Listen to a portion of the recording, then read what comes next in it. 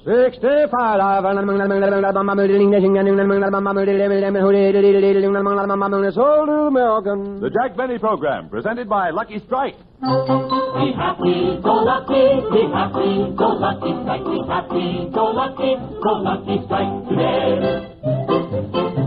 I like to dance and have good fun, and naturally I say, for smoking joy and better taste, go Lucky Strike today. You'll agree, Lucky's taste better than any other cigarette. If you are looking for a brand that you can smoke with zest, then you should switch to Lucky Strike, 'cause fine tobacco's best. That's why Lucky's taste better than any other cigarette. Be happy, go lucky, be happy, go lucky strike, be happy, go lucky strike today. Friends, Lucky's taste better than any other cigarette you've ever smoked. That's a fact.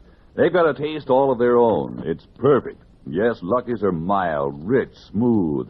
Everything that means more smoking enjoyment for you. And the reason is fine tobacco. You see, fine tobacco and only fine tobacco always gives you a better tasting cigarette. And LSMFT, Lucky Strike, means fine tobacco. So light up a Lucky, and you'll agree with the millions of smokers who know Lucky's taste better than any other cigarette. Yes, for complete smoking enjoyment, be happy, go Lucky. Make your next carton Lucky Strike. Be happy, go lucky strike today. Remember, Lucky's taste better than any other cigarette.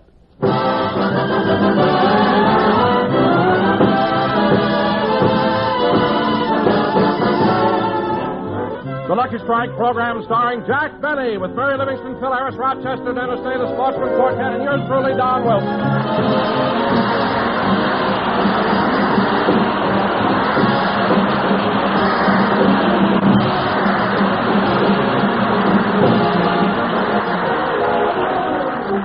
Ladies and gentlemen, while Jack Benny was away in Las Vegas, he gave Rochester the week off. As we look into Jack's home in Beverly Hills, it is morning. Rochester hasn't returned yet, so Jack is preparing his own breakfast. Now, where's that can of coffee? Oh, here it is. I hear music and there's no one there. Gee, coffee is so expensive now. Look at the pictures of Chase and Sanborn. They're smiling.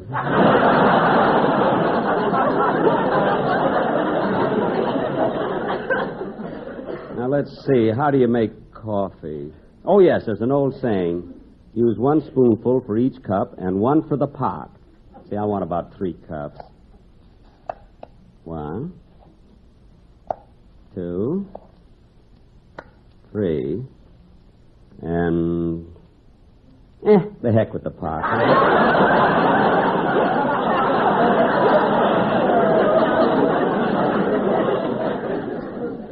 Now I'll get the dishes and the silverware here for the table. I hear music, but there's no one there. I smell blossom, but the trees are bare. Having breakfast in my underwear. I wonder why. Well, I've got the table set. Gee, I hate to eat alone. I wonder where Rochester put that big mirror.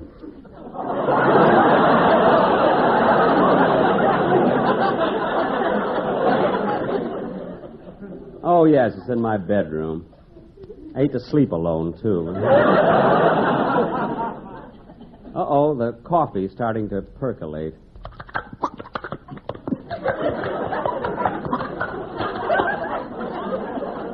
I've got the only coffee pot that's also on the Judy Canova show.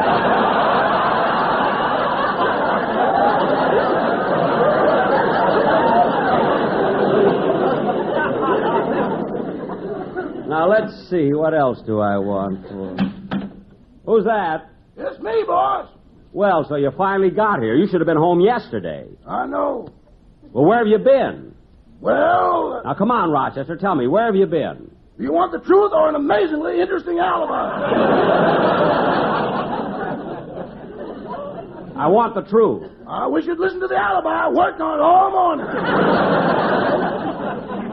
Never mind the alibi. Just tell me where you've been. Well, since I had a week off, I went down to stay with some friends in San Diego. Uh-huh. My friends introduced me to some of their friends who insisted that I stay with them for a while.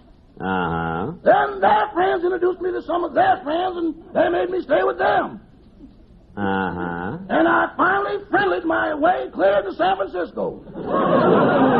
Rogers, if you went from San Diego to San Francisco, you had to come through Los Angeles. Why didn't you stop? My friends didn't have any friends here. Oh, so you spent most of your time in San Francisco. Didn't you get my card from Louisville?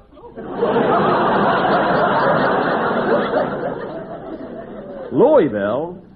Oh, so you went to the Kentucky Derby. Yeah. How'd you do? The horse I bet on couldn't even friendly himself into third place. Well, it serves you right. If you'd been back here last night instead of the... I'll get it. You finish my breakfast. Thanks, I'm starved. I mean, finish cooking it. Coming. I hear music and there's no one there. I smell blossoms. Oh, hello, Dennis. Hello, Mr. Benny. Was that you singing? Yeah. You'll never get 2 shows. Never mind that. What'd you come over here for? Well, I wanted you to hear the song I rehearsed for the program. Oh, yes. Come in. Thank you. Now, Dennis, go in the... Hey, wait a minute. What's that you got under your arm? Oh, blueprints. I'm building a new house for me and my folks. Really? Let me look at the plans. Sure, here. This looks nice. This is the dining room, isn't it? Uh-huh. And right up here is the master bedroom. The master bedroom? Yeah, see? The dressing table goes here, the chaise lounge goes here, the refrigerator goes here, and the stove goes there. Well, wait a minute, Dennis. Why would you have the refrigerator and stove in the bedroom? My mother likes to have breakfast in bed. Well, Dennis, if your mother likes to have breakfast in bed, why can't your father bring it in from the kitchen? Because then the food would get all cold and soggy. The food would get cold and soggy?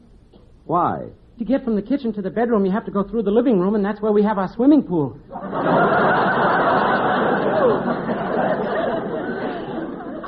You have a swimming pool in the living room? That's ridiculous. No, it isn't. Look what we save on rugs. Well, this is the craziest house. Dennis, why would you have... No, I'm not going to ask you. There's no question you can ask that the architect already didn't. Dennis, I've really had enough, but since I haven't had breakfast yet and I've got nothing to lose, we'll continue. When are the workmen going to start building your house? Huh? Oh, this afternoon, I want you to come to the housewarming tonight. Dennis, if I can guess how the men can finish the house so fast, will you sing your song? Uh-huh. The carpenters are drinking Hadacol. The name of my song is No One But You. I knew it.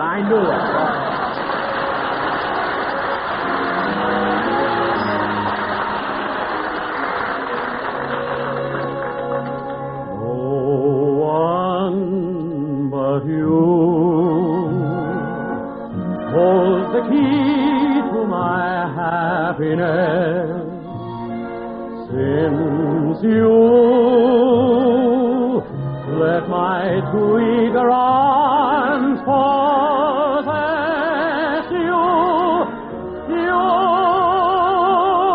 unbelievably warm, inconceivably wonderful.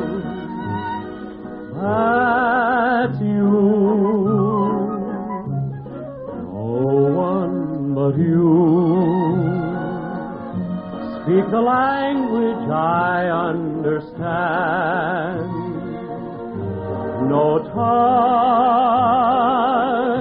holds the magic that's in your hand. You're mine, and I'll care for you so. And for me, there'll be no one else but you. No one but you. No one but you. I'll always love. No one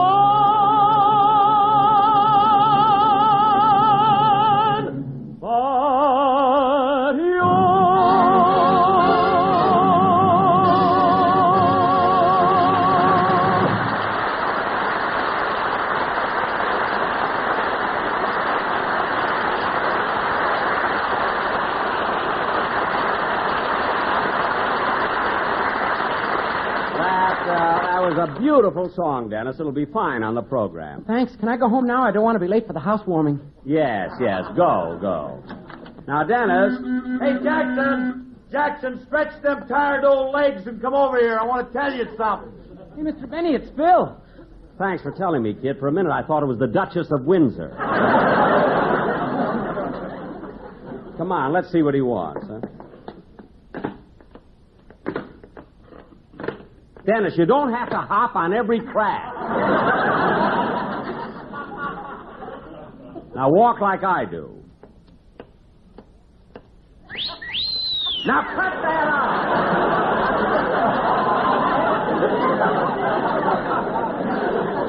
Silly kid. Those sideburns yet. What do you want, Phil? Oh, hiya, Jackson. Look, I wanted to show you something I bought. Ain't they cute? Say, they're dresses for a little baby. Yeah, they're too small for your children, aren't they, Phil? Oh, they're not for my kids. They're for Sammy the drummer's new baby. His wife had a little girl last week. Oh, I didn't know that. I'll have to call him up. Yeah, and say, Jackson, for a present, don't charge him for the first month's diaper service.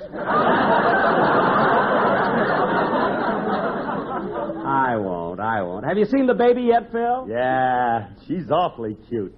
She's got her mother's lips and her mother's eyes and Sammy's hair.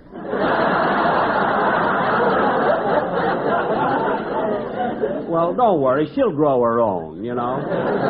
I doubt it. Sammy never did. Hey, that's right. By the way, Phil, you were supposed to drop over last night and talk to me about some musical arrangements. Why didn't you show up? Oh, I couldn't, Jackson. Last night, Alice dragged me into one of them meetings of the Parent Teachers Association, and, man, it was really embarrassing.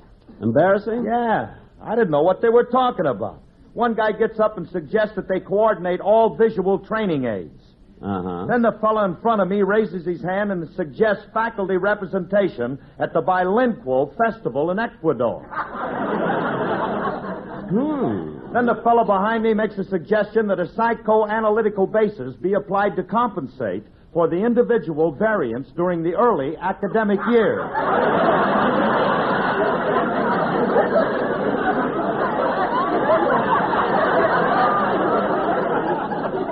Well. So, not to embarrass Alice, I got up and made a suggestion, too. Well, good for you, Phil. What'd you suggest? I made a motion they redecorate the cocktail bar in the school cafeteria.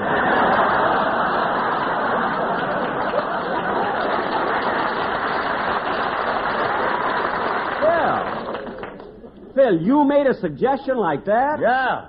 I'm not worried about this tar, but how do you get these feathers off? Oh, so that would have... I thought you were going where the wild goose goes. Hey, that's very funny. Look, I got to run along now.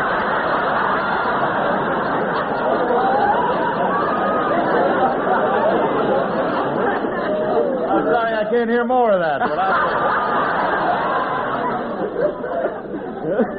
I got to run off and leave it, though, Jackson. I'll see you later. Okay. Oh, wait a minute, Phil. As long as you're going down to the cleaners, I wish you'd take a few things for me. What makes you think I'm going to the cleaners? That bundle of clothes lying on the back seat. That's Remley. Remley? Then why have you got those two straps around them? There's a handle on the back. It's easier to carry them. Oh, yeah. Look, he's still got those labels from the time we were in London. Now, there you go again. So long, Jackson. Goodbye, Phil. Goodbye.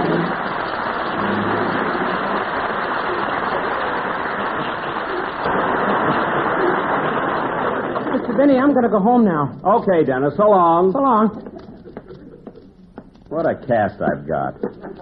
Dennis is stupid, Don is fat, and Phil has live luggage. Sometimes I wonder... Oh, boss, Miss Willison's on the phone. I'll take it in the living room. I hear music. Hello, Mary. Hello, Jack. I told you I'd come over this afternoon, but I won't be able to. Why not? Well, tomorrow's my sister Babe's birthday, and right now I'm downtown doing some shopping. Babe's birthday, eh? What are you going to get her, Mary? Well, I don't know. It's a problem. Oh, it shouldn't be hard to get Babe a gift. There's so many things she hasn't got. Jack, the things she hasn't got, money can't buy. Oh, well, it is a problem. So it's Babe's birthday, eh? How old is she, Mary? 39. 39? Go on, she's as old as I... Oh. Well, look, Mary, while you're buying a gift for Babe, buy her something for me, too. Okay. How much do you want to spend? Oh, I don't know. Get her a wristwatch, or a good bottle of perfume, or a silk scarf, or a pair of stockings. Or a half a pound of candy? Wait till I get down to it. I was afraid you'd pass it. You can stop with that, too. Last year, I gave Babe a pair of gloves. I know, but when the fight was called off, you took them back. Took him back. Mary, if you're shopping at the May Company, tell them to take the candle out of the window. You're home.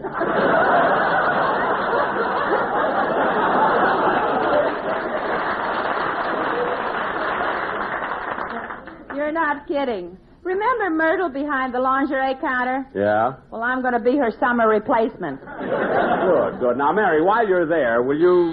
Wait a minute. Rochester! I'll have to hang up, Mary. There's someone at the door. Okay, bye. Goodbye. Coming. Oh, I wasn't expecting to see you again, Mr. Collins of the Department of Internal Revenue. Oh, yes, Mr. Collins. And you remember my assistant, Herbert Thompson? Yes. How do you do?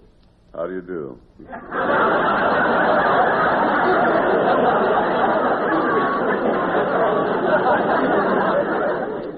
What can I do for you gentlemen this time? Well, Mr. Benny, for a month now, we've been working on your 1950 income tax return, and we still can't believe that a man in your position only spent $17 for entertainment. Well, I'm sorry, but that's all I spent. But since you gentlemen are here, there's a question I'd like to ask you about income tax. Well, we'd be glad to help you if we can. Well, last week I did a broadcast from the Nellis Air Force Base at Las Vegas. And since I was in Las Vegas on business, can I legally deduct my losses there? Well, I don't know. What did you lose? One of my riders.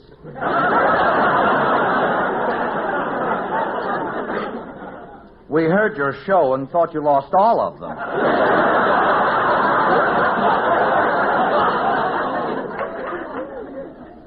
Now, look, gentlemen, you've been here 4 times already. That's only because we're trying to help you. I know. Now, Mr. Benny, you have one item here on your 1950 return that puzzles us. If you want us to keep it confidential, we certainly will. Well, thank you. What is it? This item you've got down as a deduction here, $28 for a nightgown for Ann Sheridan. Oh, yes, that was a replacement. I burned hers while I was ironing it.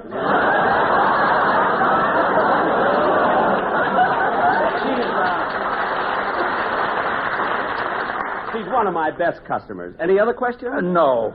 Let's go, Herb. Goodbye, Mr. Benny. Goodbye, gentlemen. Goodbye. See, I think it's just wonderful the way those 2 men have been trying to help me. Oh, boss, your breakfast is still waiting. Well, bring it in the library, Rochester. I'm going in and read a while.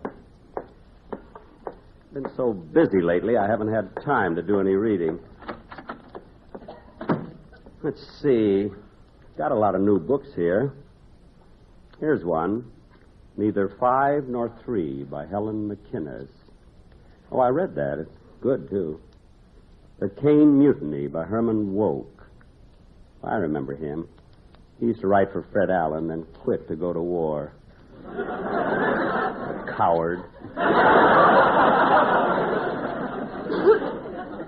Now, here's one. King Midas and His Golden Touch. Oh, I remember reading King Midas. Had such a sad ending. They cured him.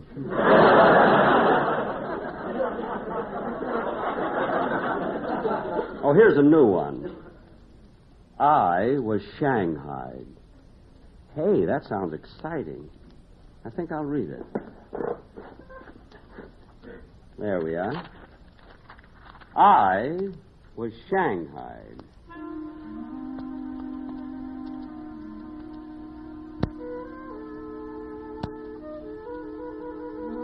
As I lie here, bound in chains, in the brig of a pirate ship, knowing that in a few short hours I must walk the plank. I realized that all this happened to me only because I was Shanghai.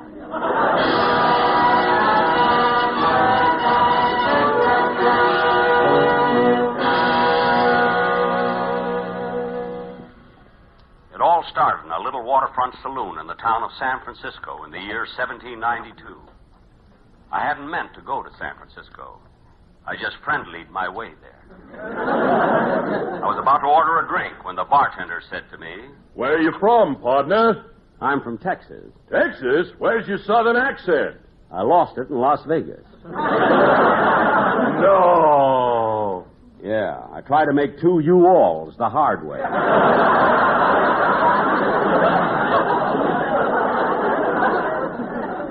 Now, give me a drink. I had just picked up my glass when suddenly a man sneaked up behind me and hit me over the head with a club. It didn't knock me out, but the room became blurred, twisted, and distorted. For a minute, I thought I was watching television. But it couldn't be. This was 1792, and the coaxial cable only went from Lexington to Concord. In fact, when Paul Revere made his famous ride, we got it by kinescope. I'll never forget. Channel 1 if by land, Channel 2 if by sea. I had 2 more jokes on this when I was slugged again. When I came to, I was lying on the floor, trussed up below decks on a ship at sea. After many hours, the first mate came in, untied my arms and legs, and said, "All right, you landlubber, up on your feet. There's work to be done." Wait a minute, what am I doing here? We shanghaied you 2 days ago in a Frisco saloon, matey. Shanghaied me? Where am I? You're aboard the pirate ship SS Saratan.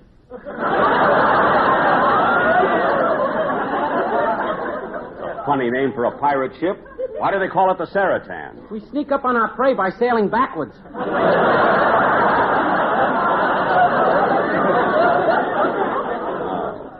Well, tell me. Stow the gab, matey. There's work to be done and done quick. You'll have to reef in the topsail, get the mizzenmast or the forecastle, keel haul the navigator, box the compass, reef the jib, port the helm, and swab the poop deck. What does that mean? I don't know, but the censor wanted to take it out. Look, I'm not taking orders from you. I want to see the captain. Well, he's over by the mizzenmast, but I wouldn't go near him if I were you. He's the cruelest, most vicious, bloodthirsty pirate that ever sailed the 7 seas. I don't care. I'm going to see him anyway. Your funeral. As I walked across the deck, I had my first chance to see all the pirates. They were a motley crew and showed the signs of many battles. Some had long, livid scars. Some had their arms and slings. And one of them had his head missing. And yet he was singing. He was the inspiration for that song. I hear music and there's no one there.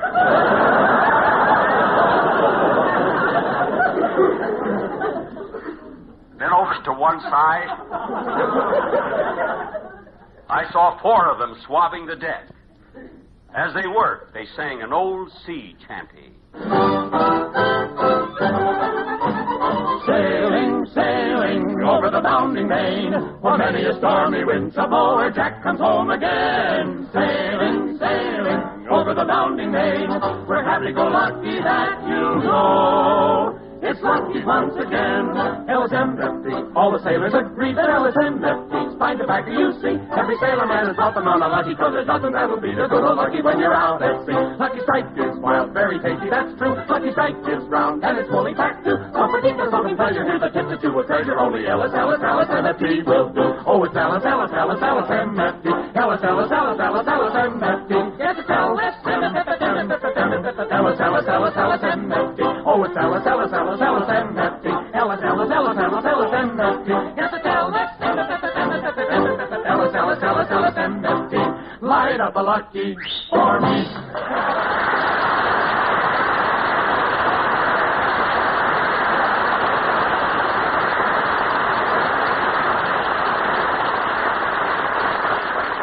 It gave me courage to hear them sing that song because now I knew I was on a lucky ship. The wind was smooth and mild. There was never a rough puff. I kept looking for the captain. Finally, I found him and said, "So you're the captain, eh?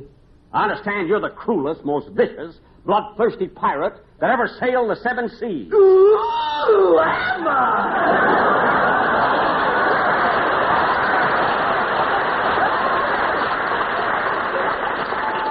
Well, look, Captain, Wait a minute. I've seen this ship before, years ago in San Francisco Harbor. Certainly. We pirates captured it. It used to be an American warship, the USS Ulysses S. Sassafras. The USS Ulysses S. Sassafras? Yes, the USS Ulysses S. Sassafras. Batten down the hatches. It's starting to rain.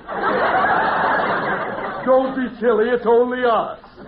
Fine buccaneer you are. I don't think you know anything about pirates. I don't, eh? Look, I've sailed the seas under such bold pirates as Captain Kidd, Blackbeard, Jean Lafitte, and Milton Berle. Wait a minute. What sea did you sail with Milton Berle? The NBC. I knew you'd ask. Never mind that. Now, look, Captain, I was Shanghaied, and I want to get off this ship. Nobody gets off this ship. Ahoy, mates, ahoy! You up in the crow's nest. What do you see? There's a ship off the starboard bow. She's going around in circles. Is she a three-master or a four-master? A mixed master. What? She shows the colors of King Ferdinand of Spain. A Spanish galleon. Open fire! Look, they're firing back. We're hit amidships. Get him. He's beginning to list. Man the lifeboats. We're stinking. That's sinking. Don't tell me what condition the men are in. Come on, we're not sinking. Let's get alongside the Spaniard and board her. In the excitement, I boarded the galleon with them, and I've two fought side by side with the pirates. I realized that the ship carried a prize cargo.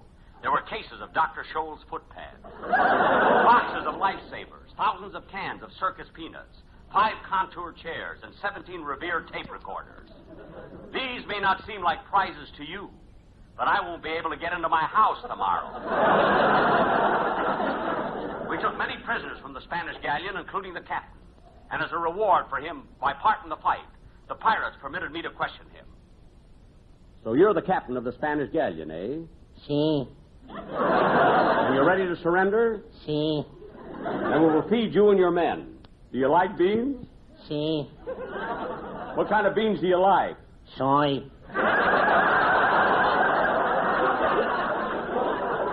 Soy? Si. Now cut that out. We know your ship is on a secret mission. You better tell us about it. Now talk fast. ¿Cómo no, señor? Es verdad que el mundo es redondo y por tal razón hemos hecho la vuelta del mundo muchas veces. Oh, look out, matey. He's losing his temper. He's beginning to boil. It was then that I recognized him. He was an old coffee pot I used to know. I tried to take command of both ships, but suddenly the men turned on me. It was mutiny. The crew picked me up and put me on the plank. And with guns in my back, there was only one thing I could do. But instead of walking, I rode off the plank on a Schwinn bicycle. This is another plug. But when you're that close to doom, you gotta think fast. I was Shanghaied.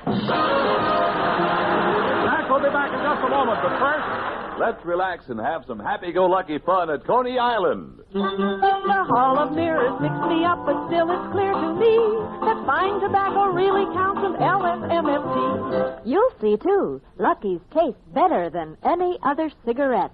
Step right up and take a chance and hit the Red Bull's eyes. You'll win the tops in smoking joy, 'cause Lucky's are the prize. You can bet Lucky's taste better than any other cigarette. Be happy, go lucky, be happy, go lucky, strike, be happy, go lucky strike today. Friends, the really important thing about a cigarette is the quality of the tobacco that goes into it. That's why the makers of Lucky Strike choose ripe, light, naturally mild tobacco. Tobacco that makes Lucky's taste better than any other cigarette. No doubt about it, fine tobacco, and only fine tobacco, always gives you a better tasting cigarette. And LSMFT, Lucky Strike, means fine tobacco. So for complete smoking enjoyment, for everything you want in a cigarette, be happy, go lucky. You'll agree. Lucky's taste better than any other cigarette you've ever smoked. Yes, make your next carton Lucky Strike. Be happy, go lucky strike today. Remember, Lucky's taste better than any other cigarette. Good night, everybody. This is CBS, the Columbia Broadcasting System.